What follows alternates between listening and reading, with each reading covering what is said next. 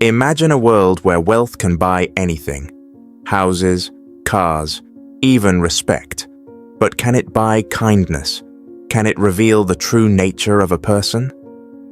Today on Stories of Hope, we bring you a story that will leave you questioning everything you know about human nature.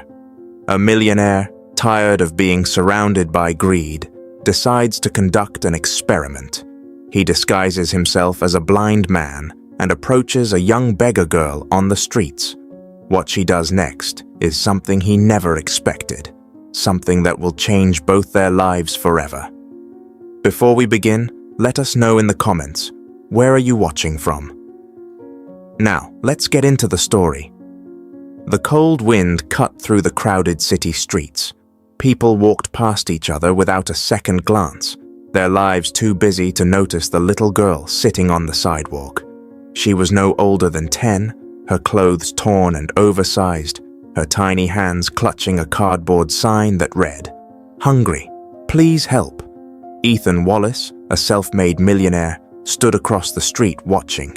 He had everything a man could ever dream of: money, power, luxury. But something had been bothering him for a long time. In his world, people only cared about his wealth. Friends, business partners, even family. Everyone wanted something from him. It made him wonder, was kindness still real? That's when he came up with an idea, a risky, unusual experiment. He would go undercover as a blind man and approach a street beggar, not to give, but to test. Would the child show honesty and compassion, or would she take advantage of his vulnerability? Ethan pulled a pair of dark sunglasses from his pocket and slid them on. He took out a white cane he had bought earlier that day. Taking a deep breath, he stepped off the curb and walked towards the girl, tapping the cane hesitantly as if he were truly blind. "Excuse me," he said, his voice careful. I think I dropped my wallet. Can you help me?" The girl looked up, startled. Her eyes, a deep brown, studied him carefully. Her lips parted as if to say something, but she hesitated. A blind man, lost on the streets, asking her for help? She glanced at the ground around her, then at her own empty tin cup. A moment passed, then another, and then something happened that Ethan never saw coming. The little girl stared at the blind man, her small fingers tightening around the cardboard sign. Ethan could sense her hesitation. Would she help him, or would she take advantage of his blindness? The city noise buzzed around them, cars honking, footsteps rushing past. But in that moment, everything seemed to slow down. Then finally she spoke. "Mister, are you sure you lost it here?" Her voice was soft, uncertain. Ethan nodded slowly. "Yes, I think so. I had it when I crossed the street, but now it's gone. It has all my money in it. I don't know what to do." His voice trembled slightly, making his act more believable. The girl's gaze darted around, scanning the sidewalk. She stood up and began searching, her thin fingers brushing over the concrete. A few passers-by glanced at them but kept walking, uninterested in the sight of a blind man and a beggar girl. After a few moments, her fingers froze. She had found something, a black leather wallet, slightly worn but expensive looking. She picked it up slowly, her heart pounding. She knew this feeling, the feeling of having nothing, the desperation of hunger, the hopelessness of sleeping on cold pavement. Her hands trembled. Inside this wallet could be enough money to change her life, at least for a while. Enough for food, for warm clothes, maybe even a cheap motel room for a few nights. She looked at the man. His face was calm, unaware, his eyes hidden behind those dark glasses. He wouldn't know if she kept it. He couldn't know. Her stomach ached. She hadn't eaten in 2 days. Her fingers tightened around the wallet. Then, with a deep breath, she took a step forward. "Mister, I think this is yours." She held the wallet out to him. Ethan felt a strange lump form in his throat. He hadn't expected this. He reached out, fingers fumbling as if struggling to find it. His touch brushed hers for a second, small cold hands against his own warm skin. "Thank you," he said quietly. The girl gave a small nod, then quickly sat back down on her spot, pulling her knees to her chest. She didn't ask for anything. She didn't beg for a reward. She simply returned what wasn't hers. Ethan, still holding the wallet, hesitated. This wasn't how he thought it would go, so he decided to push further. He took a deep breath and carefully pulled out a $100 bill. Then, pretending to fumble, he let it slip from his fingers, letting it fall to the ground.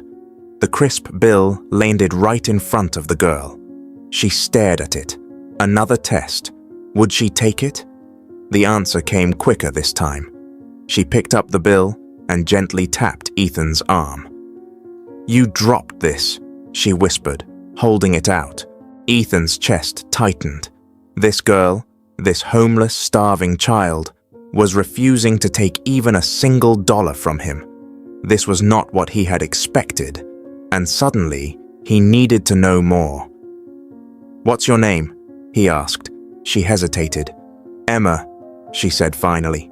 "Emma, do you have a family?" Her shoulders tensed. She shook her head. "Not anymore."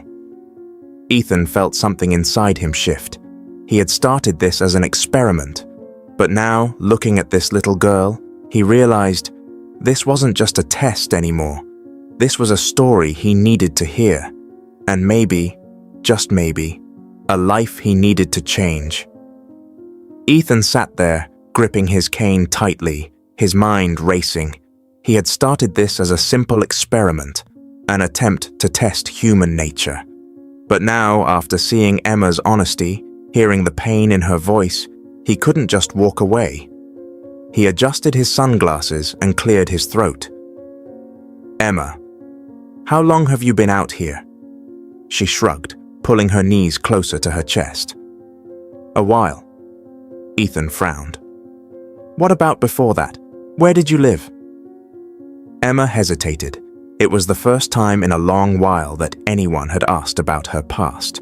Most people just threw her a few coins, some ignored her, and others told her to move along like she was nothing more than a stain on the sidewalk.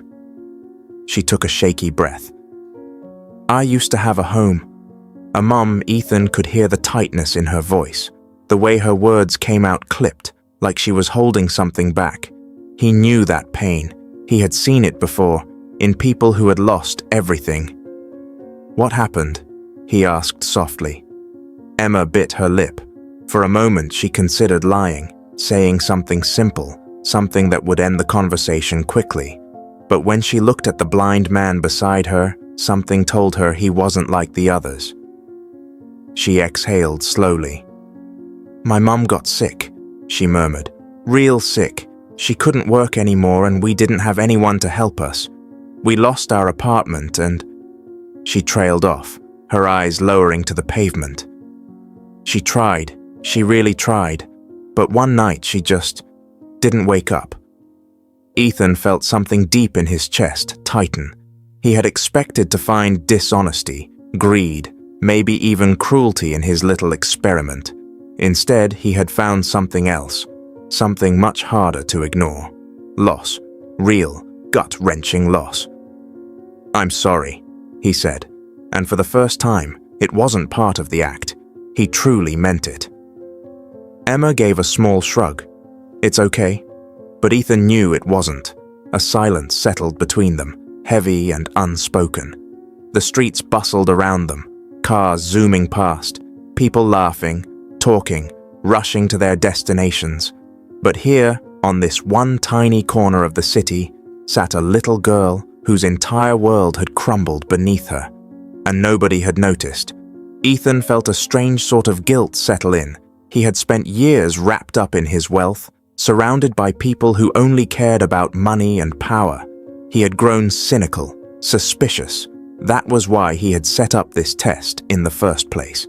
But this wasn't a test anymore. This was real. He reached into his pocket, fingers brushing against the crisp bills tucked inside.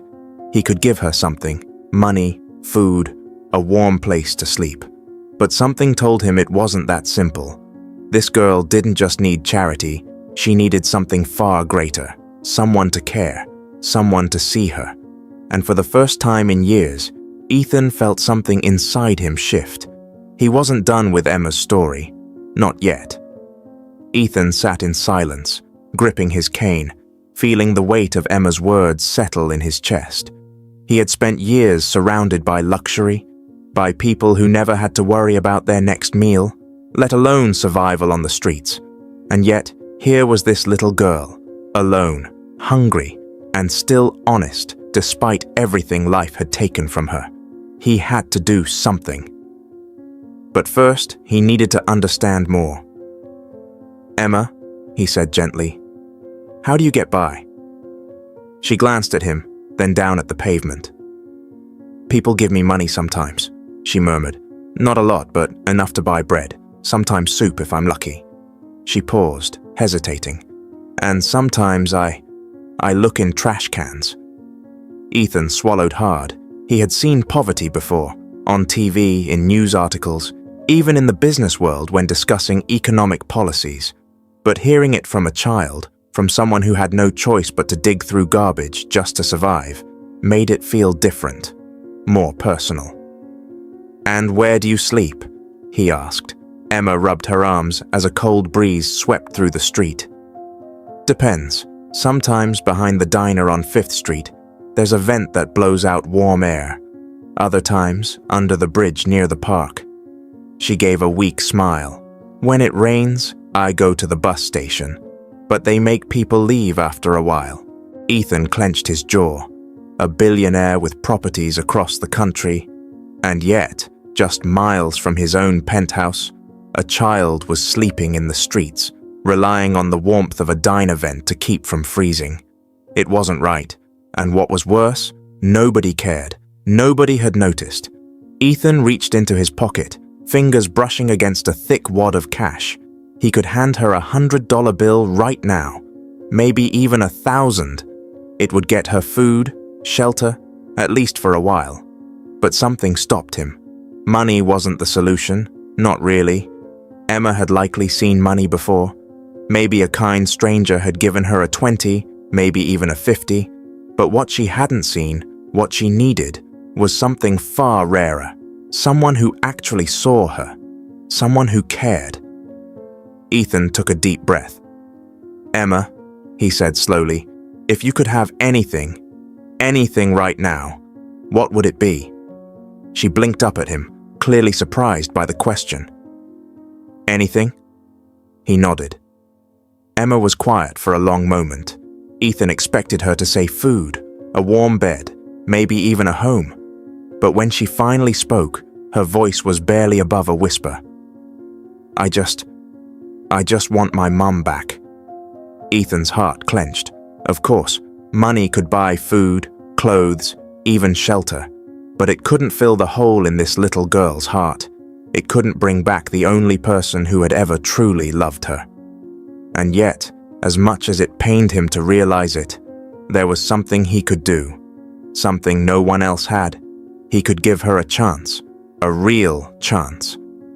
Ethan leaned in slightly, his voice steady. "Emma, what if I told you I could help you?" She looked up, her big eyes filled with hesitation. "Help me?" "Yes," he said firmly. "Not just today, not just with money, but really help." He swallowed. "Would you trust me?" Emma studied him for a long moment, her fingers tightening around the sleeves of her tattered sweater. She had trusted people before, and they had let her down. But something about this man, this blind man who had nothing to gain from her, felt different. So, after a long pause, she gave a small nod, and with that, everything changed. Ethan sat quietly, absorbing the weight of Emma's trust. It wasn't an easy thing for a child who had been abandoned by the world to give, and now it was his responsibility not to break it. But how? He couldn't just walk her into a hotel and hand her a key. People would ask questions. A disheveled little girl with a blind man would raise suspicions. And even if he gave her money, it wouldn't solve the bigger problem. She needed stability, safety, something she had lost long ago. Ethan exhaled slowly. "Emma, would you come with me?" She tensed slightly. "Where?" "My driver is waiting a few blocks away," he said. "I want to get you somewhere safe for tonight. A warm meal, a bed. And then, we'll figure out the rest." Emma hesitated. She had spent so long on the streets, learning the hard way that trusting the wrong person could be dangerous. She had seen kids like her disappear, taken in by people who made promises but never brought them back. But something about Ethan was different. Maybe it was because he was blind. Maybe because he hadn't tried to force kindness on her, hadn't treated her like some sad charity case. Or maybe it was because, for the first time in forever, she wanted to believe in someone. She bit her lip. "Okay." Ethan nodded. He pushed himself up slowly, using his cane to steady himself. Emma stood beside him, small and uncertain. "Hold my arm," he instructed. "It'll help me walk." Emma hesitated before slipping her tiny hand around his arm, and together they began to walk. The city buzzed around them, cars honking, people rushing by, neon signs flashing in the night. But Ethan focused only on Emma's footsteps beside him, on the way she gripped his sleeve just a little tighter every time someone passed too close. When they reached the black luxury car parked along the curb, Emma's steps slowed. She stared at the sleek vehicle, then at the sharply dressed man standing beside it. "That's your car?" she asked in disbelief. Ethan nodded. "Yes." Emma's fingers twitched. A man with a car like this, a man with a driver, was not a poor, helpless blind man.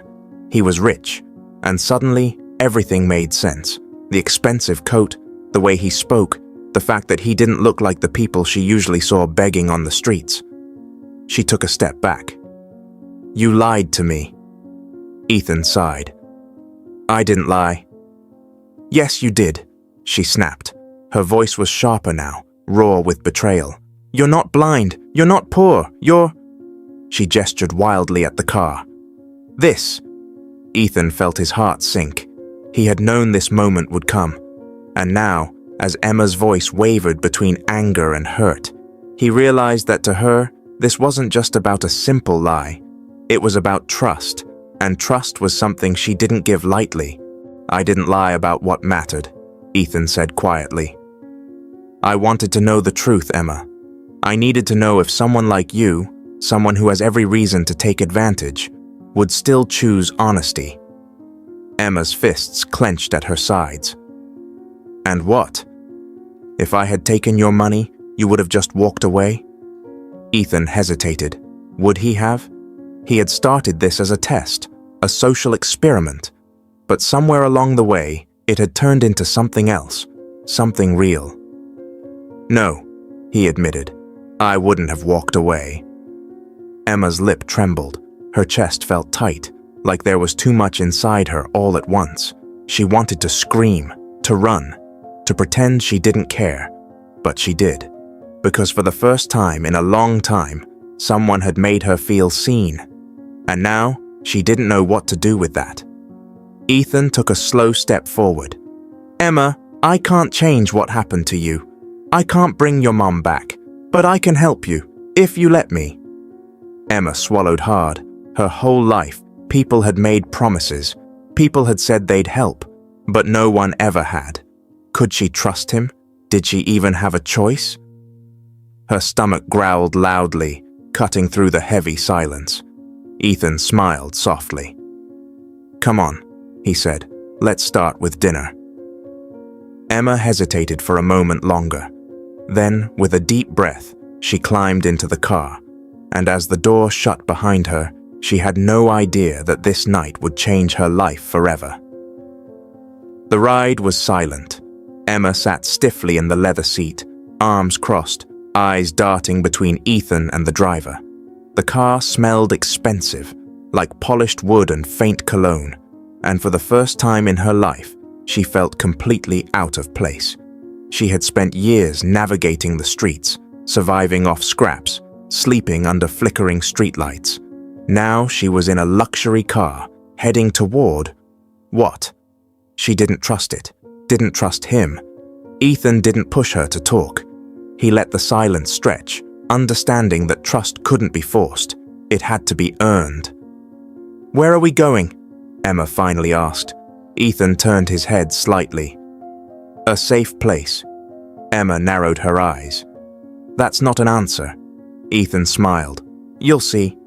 Emma huffed. She didn't like surprises. Surprises in her world were usually bad. But something about Ethan's calm demeanor kept her from jumping out of the car. The streets blurred past the window, neon lights reflecting off the glass. And then, suddenly, the city noise faded. Emma sat up straighter. "Where are we?" The car had pulled up in front of a tall building, modern, clean, with warm lights glowing from the lobby.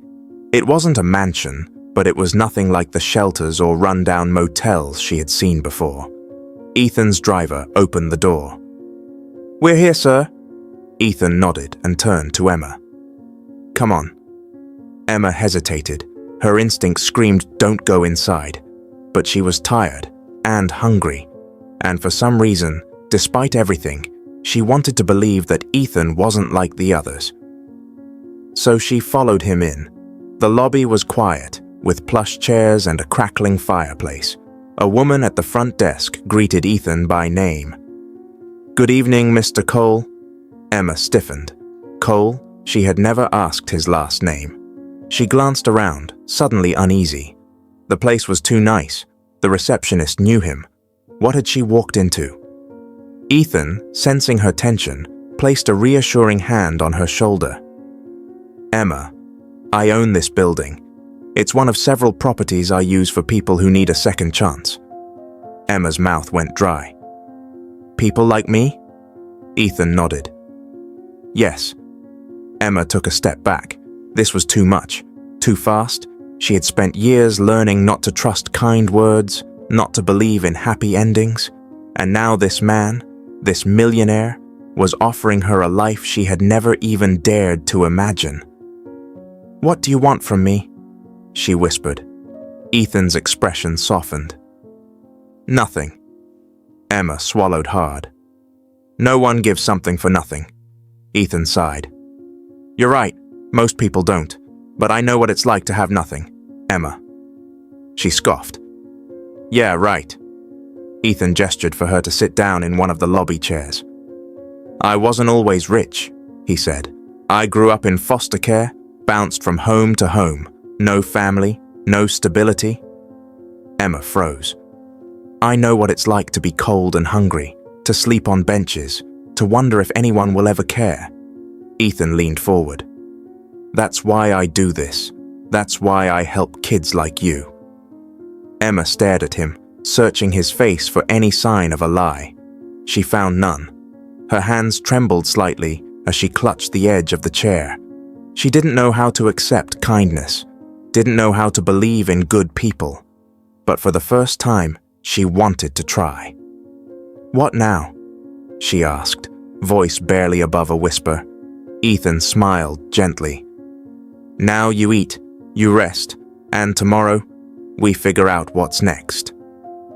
Emma exhaled slowly. For the first time in years, she wasn't alone, and for the first time in her entire life, she had hope.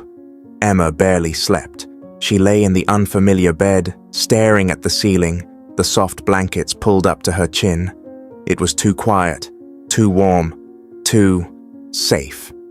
Her body wasn't used to safety. Every noise outside the room made her flinch. Every creak of the floorboards made her think someone was coming to throw her back on the streets. But no one did. Morning came, and with it, the smell of food, real food. Not stale bread from a trash bin or leftovers someone had tossed out. Her stomach growled, but she hesitated. Was this really happening? She sat up slowly, rubbing her eyes. The room was small but comfortable, nothing fancy but clean. A dresser, a window overlooking the city, a door that wasn't locked. She wasn't trapped here. She could leave. But where would she go? A soft knock at the door made her jump. "Emma?" Ethan's voice. She hesitated, then muttered, "Yeah? Breakfast is ready." Emma's throat tightened. She hadn't sat at a real table in years, hadn't eaten a meal that wasn't rushed or stolen. She swung her legs over the bed, feet touching the soft rug. Every instinct screamed to grab her things and run, except she didn't have anything to grab. Taking a shaky breath, she opened the door. Ethan was waiting, dressed in a simple sweater and jeans. Nothing about him screaming rich except for the quiet confidence in his posture. "Hungry?" he asked. Emma didn't answer. He led her to a small dining area. A warm plate sat on the table. Scrambled eggs, toast, bacon, orange juice. Emma's mouth watered, but she stayed frozen. It felt like a trap. "Go ahead," Ethan said gently. She slowly sat down, hands trembling as she picked up the fork. The first bite nearly made her cry. It was warm, fluffy, real. She ate in silence, trying to keep herself from inhaling the food too quickly. Ethan didn't rush her. When she finished, she set the fork down, eyes still lowered. "Why are you doing this?" Ethan leaned back in his chair. "Because I can." Emma frowned. "That's not an answer." Ethan sighed. "You want the truth?" She nodded. "I used to be like you," he said. "No home, no one to count on. People passed me by every day, pretending not to see me." Emma's stomach twisted. She knew that feeling. "But one day," Ethan continued, "a man stopped. Just one. He didn't give me money. He didn't give me pity. He gave me a chance." Emma's fingers curled into fists. Ethan looked her straight in the eye. "And now I'm giving you one." Emma swallowed hard. She didn't know how to accept kindness, didn't know how to believe in something good. But for the first time in years, she wanted to try. Emma didn't know how to trust. For years, she had learned that kindness always came with a price. If someone gave you something, they would demand something in return, sooner or later. But Ethan, he hadn't asked for anything. Days passed, then weeks. Ethan didn't send her away. He didn't demand gratitude. He didn't treat her like a project to be fixed. Instead, he gave her space.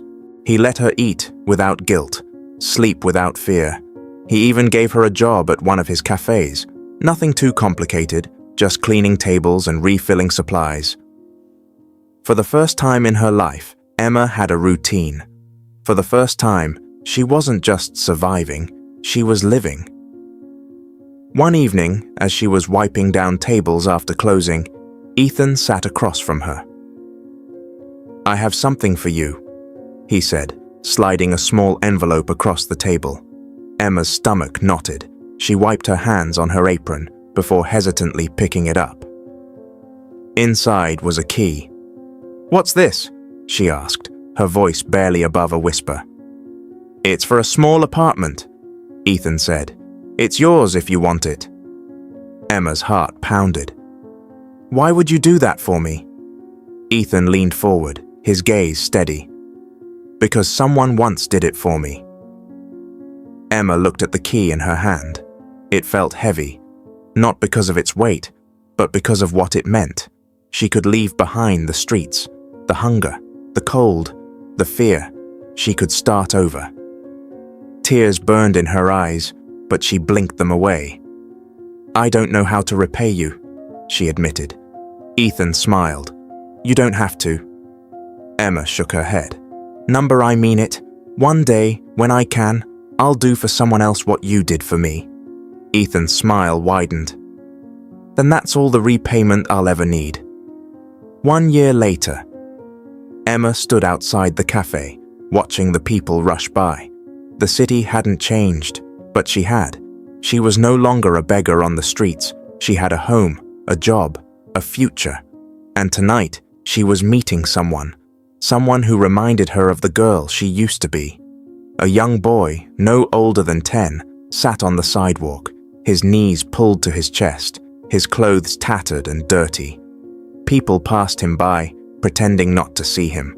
But Emma saw him. She knelt down, offering him the same warm smile Ethan had once given her. "Hey," she said softly. "Are you hungry?" The boy hesitated, then nodded. Emma reached out her hand. "Come on," she said. "Let's get you something to eat." And just like that, the cycle of kindness continued. Sometimes the smallest act of kindness can change a life. Ethan had once been homeless. Someone helped him, and in turn, he helped Emma. Now, Emma was helping someone else. This is how the world changes, not through grand gestures, but through simple, human kindness. You never know what someone is going through. So if you get the chance, be the person who stops. Be the person who sees, because one act of kindness can start a chain reaction that lasts forever. If you found it inspiring, make sure to subscribe to Stories of Hope so you don't miss more powerful real-life stories. And remember, kindness is free, but its impact is priceless.